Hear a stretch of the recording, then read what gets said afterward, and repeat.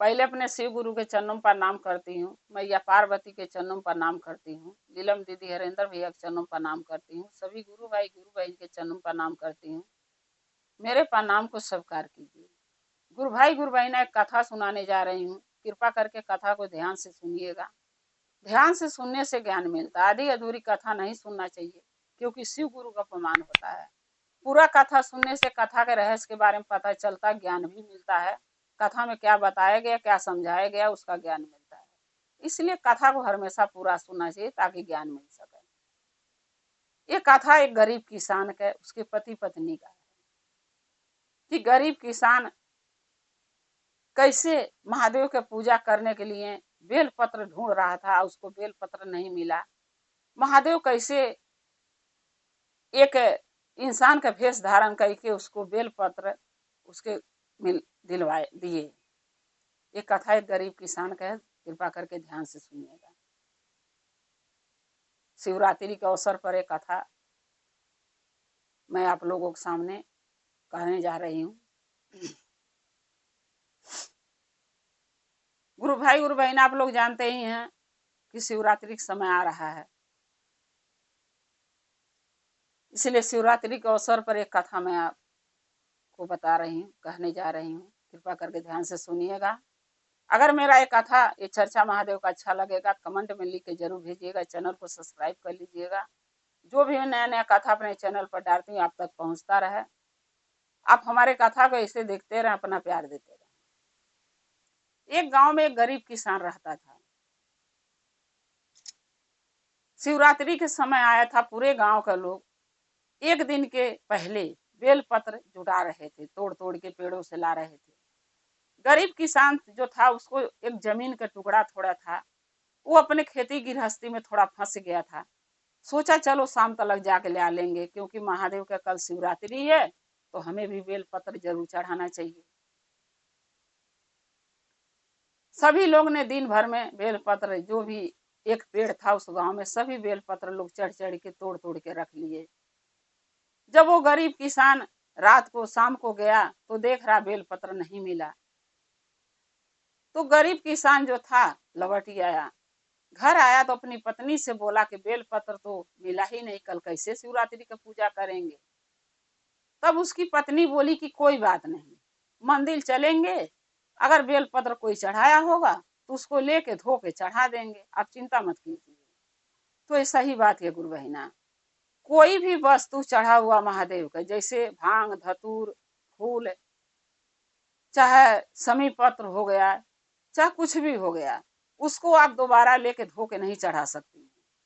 लेकिन बेल पत्र एक ऐसा चीज है, ऐसा वो महादेव के उसमें आशीर्वाद है कि उसको आप धो के चढ़ा सकती हैं दोबारा। अगर कोई मंदिर में बेल पत्र चढ़ाया है शिवलिंग पे, चाहे किसी देवी देवता के पास, और आपके पास बेल पत्र नहीं है, आप पूजा करने मंदिर जा रही हैं, अगर वहां बेल पत्र चढ़ा है तो आप उस बेल पत्र को लेके जल से धो लीजिए।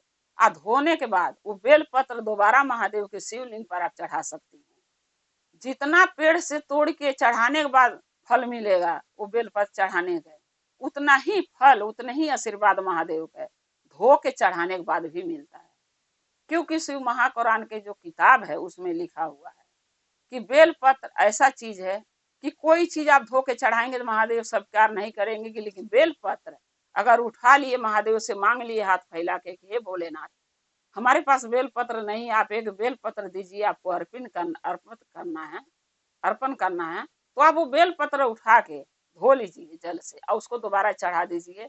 उतने ही फल, उतने ही पुण्य आपको मिलेगा जितना आप पेड़ से तोड़ के लग चढ़ाएंगे। तो उसकी जब पत्नी किसान की बोला उसका आदमी की कोई बात नहीं, चलो ठीक है।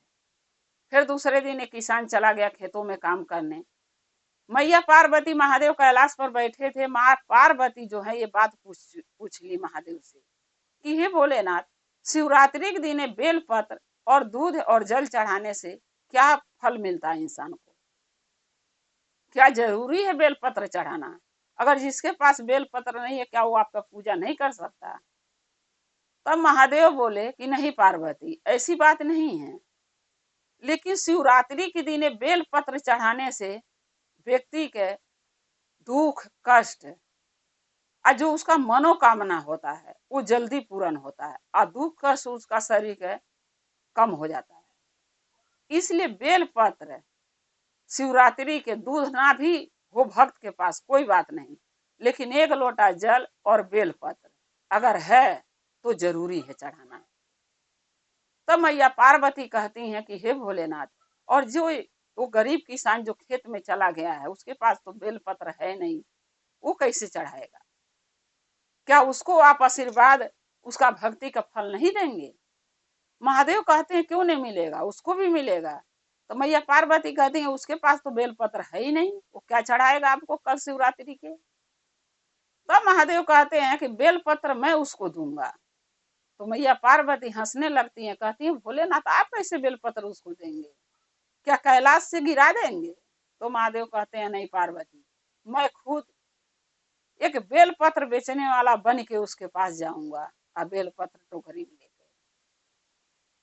तब मैया पार्वती कहती हैं आप बेल पत्र भी बेचेंगे? तो महादेव बोले कि अपने भक्तों के मनोकामना पूर्ण करने के लिए, उनको मन चाह फल देने के लिए हमें अगर एक भिखारी भी बनना पड़े तो भी मैं बनूंगा, क्योंकि हमारे भक्त आखिर हमारे ही सहारे तो हमारा भक्ति करते हैं। मैया पार्वती कहती हैं ठीक है भोलेनाथ, जैसे आपको अच्छा लगे वैसे आप कीजिए। महादेव कहते हैं ठीक है। महादेव क्या करते हैं कि नंदी से बोलते हैं कि नंदी एक बेल पत्र एक टोकरी लाओ और उसमें बेल पत्र पूरा टोकरी के भर के तोड़ के लाओ, बढ़िया बढ़िया ले आना बेल पत्र।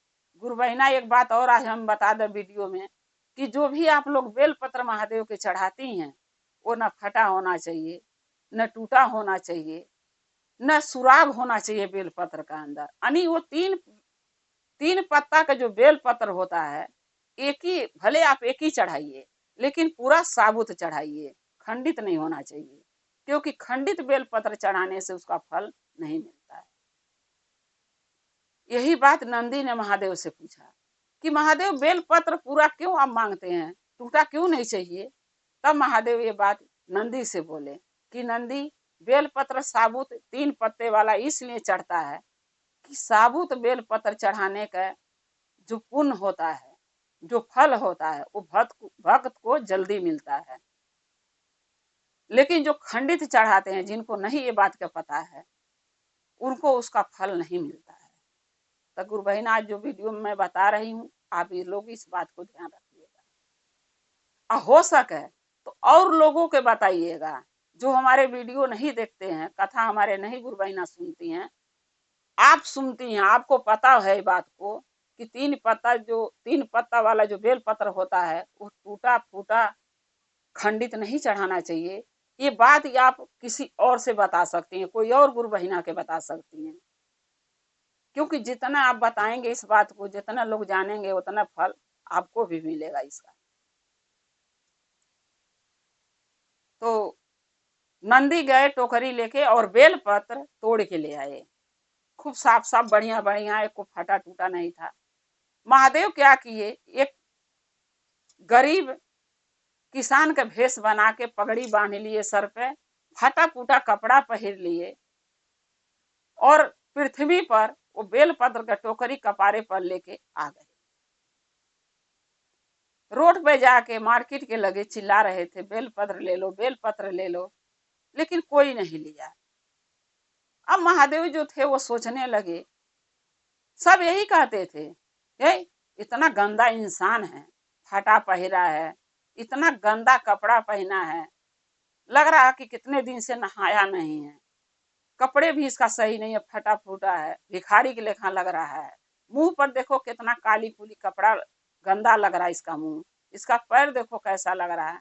ऐसे गंदे लोग से बेल पत्र लेके हम महादेव के कैसे चढ़ाएंगे शिवरात्रि के? नहीं लेंगे इससे, चलो चलो कोई अच्छी दुकान से लेंगे। सब ऐसे कह के चले जाते थे। महादेव सोचने लगे कि लोग के सूरत देखना है, अच्छा सीरत नहीं देखना है, अच्छाई नहीं नजर आती है, बस लोगों के शकल अच्छा होना चाहिए, कपड़े अच्छा होना चाहिए, शरीर अच्छा होना चाहिए, उससे लोग सामान लेंगे। महादेव क्या किए कि सोचने लगे कि अब मंदिर चलता हूँ, जहां पर कल बेलपत्र की जरूरत ही है पूजा के, वहां चलता हूँ। जब महादेव जाके मंदिर के लगे बैठ के लगे बेलपत्र बेचने, तो वहीं एक सेठ दुकान खोला था, बहुत बड़ा लाला सेठ था, बहुत बड़ा दुकान खोला था फूलों का। फूल बेचता था, खूब अच्छा अच्छा रंग बिरंग का ताजे ताजे फूल बेचता था, और बेलपत्र भी बेचता था। जब महादेव मंदिर के लगे जीना के लगे बैठ के बेलपत्र ले लो चिल्लाने लगे, तब वो सेठ कह रहा, चल चल जा तू यहाँ से, एक भिखारी होके, जैसे लग रहा कभी पानी नहीं इसको मिला है, जल से कभी इसको सामना नहीं हुआ है, न कभी नहाया है न धोया, कितना गंदा कपड़ा पहना, कितना गंदा हाथ पैर है, कितना गंदा इसका मुंह है, काला कूला बना है, और इसका शरीर के कपड़े कितने फटे हैं, कितने गंदे हैं, और बेलपत्र बेच रहा है, मेरी दुकानदारी खराब कर रहा है। तब वो सेठ जाके उनसे, वो आदमी से यानी महादेव से बोल रहा है कि जाओ जाओ यहाँ से, तुम्हारा बेलपत्र कोई नहीं लेगा, इतना गंदा हाथ गोड़ है, कौन तुम्हारा बेलपत्र लेके महादेव के चढ़ाएगा, जाओ यहाँ से, हमारी दुकानदारी क्यों खराब कर रहे हो। तब वो महादेव जो थे, वो जो गरीब किसान बन के गए थे, जो बेलपत्र बेच रहे थे, तब वो बाबा कह रहे हैं कि बेटा, तुम्हारी दुकानदारी मैं नहीं खराब कर रहा हूँ, तुम अपनी दुकानदारी चलाओ, वैसे भी मेरा कोई बेलपत्र तो ले ही नहीं रहा, मेरे के गंदा शरीर देख के, कपड़ा देख के, सब तो तुम्हारी दुकान पर जा रहे हैं, तो तुम्हें क्या दिक्कत है। अरे थोड़ी देर और 10 मिनट रहने तो, नहीं कोई लेगा तो मैं घर चला जाऊंगा। लाला उनको बोल के चला आया, बोला कोई नहीं लेगा, देखो कैसे तेरा बेलपत्र कोई खरीदता है। फिर उसके बाद जो है, वो गरीब किसान पति पत्नी दोनों एक लोटा जल लेके मंदिर आ रहे थे कि चलो नहीं मिला बेलपत्र तो वहीं से लेके धो के चढ़ा लूंगा। तब जब देखे कि वो बाबा बेलपत्र बेच रहे हैं मंदिर के लगे, तब वो जो किसान था वो गया उनके पास, दोनों पति पत्नी गए। उसका आदमी जो किसान था वो बोला कि बाबा आप बेलपत्र कितने के देंगे। तब वो बाबा कह रहे हैं यानी महादेव कि कितना पैसा तुम्हारे पास है, जितना है उतना में ले लो। तब वो आदमी बोला कि नहीं बाबा, बेलपत्र तो आपको एक टोकरी आपके पास है, और यहाँ तो 5 रुपए के एक बेलपत्र लोग बेच रहे हैं, आज बहुत ज्यादा लोग महंगा कर दिए, क्योंकि शिवरात्रि है ना, सभी को बेलपत्र चाहिए, इसलिए लोग महंगा करके बेच रहे हैं। तो बाबा बोले जो तुम्हारे पास है उतने से ले लो। तो आदमी किसान बोला कि बाबा मेरे पास तो बेलपत्र, अरे पैसे 7 रुपया है।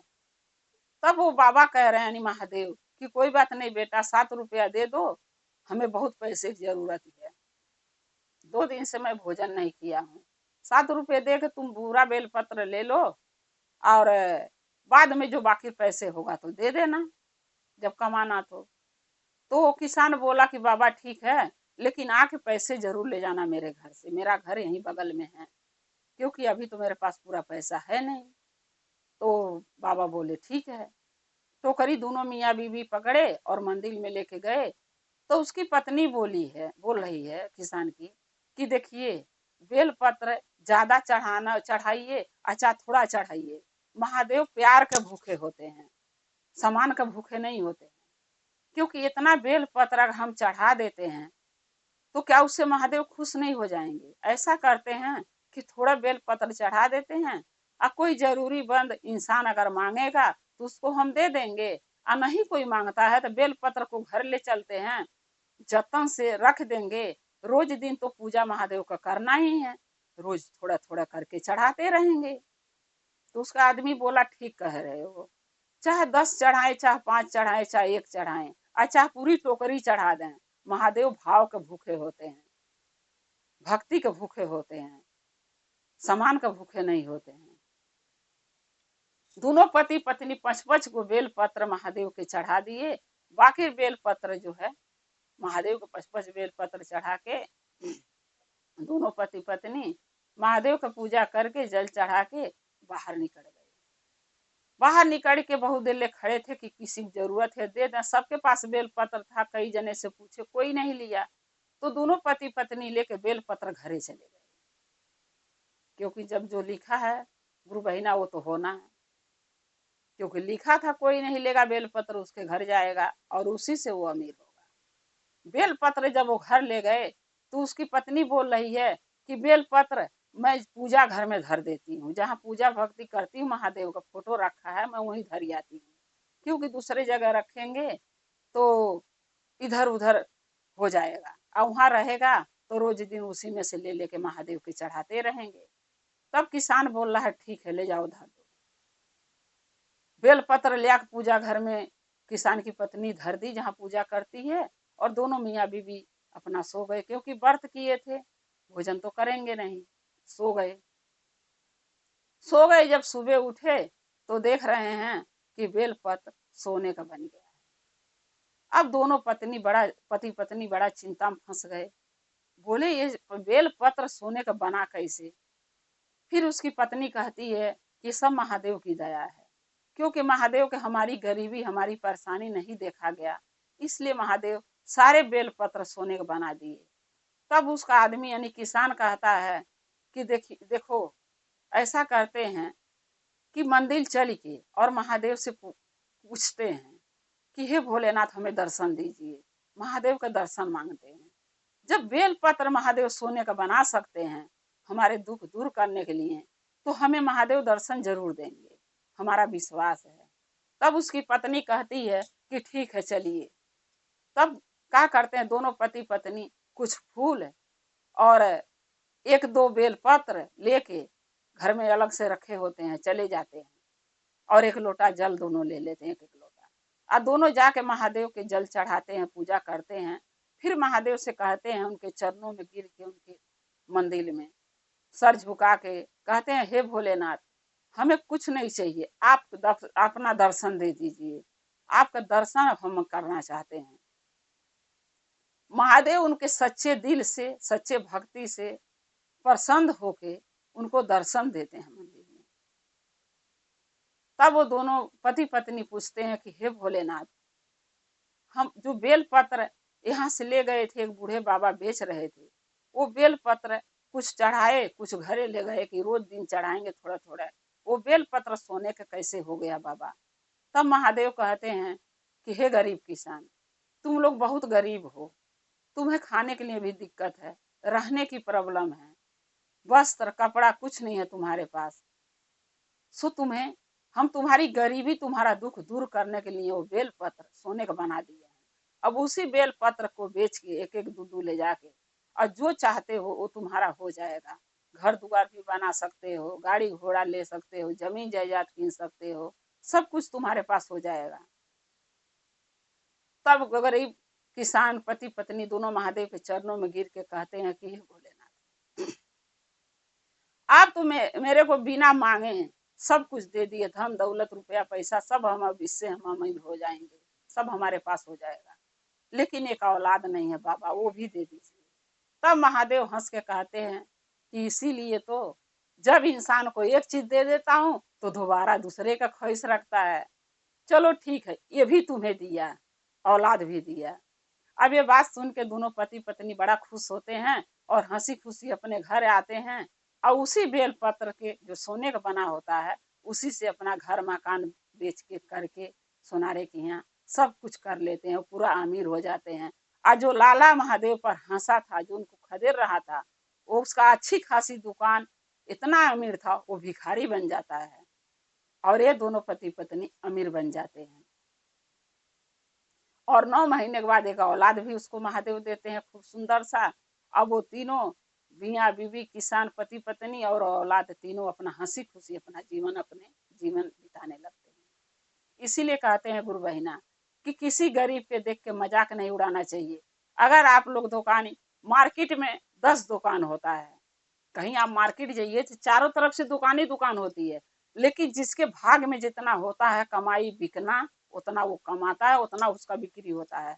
कोई किसी का भाग के नहीं ले लेता है, चाहे 4 दुकान खुला रहे एक जगह चाहे 5।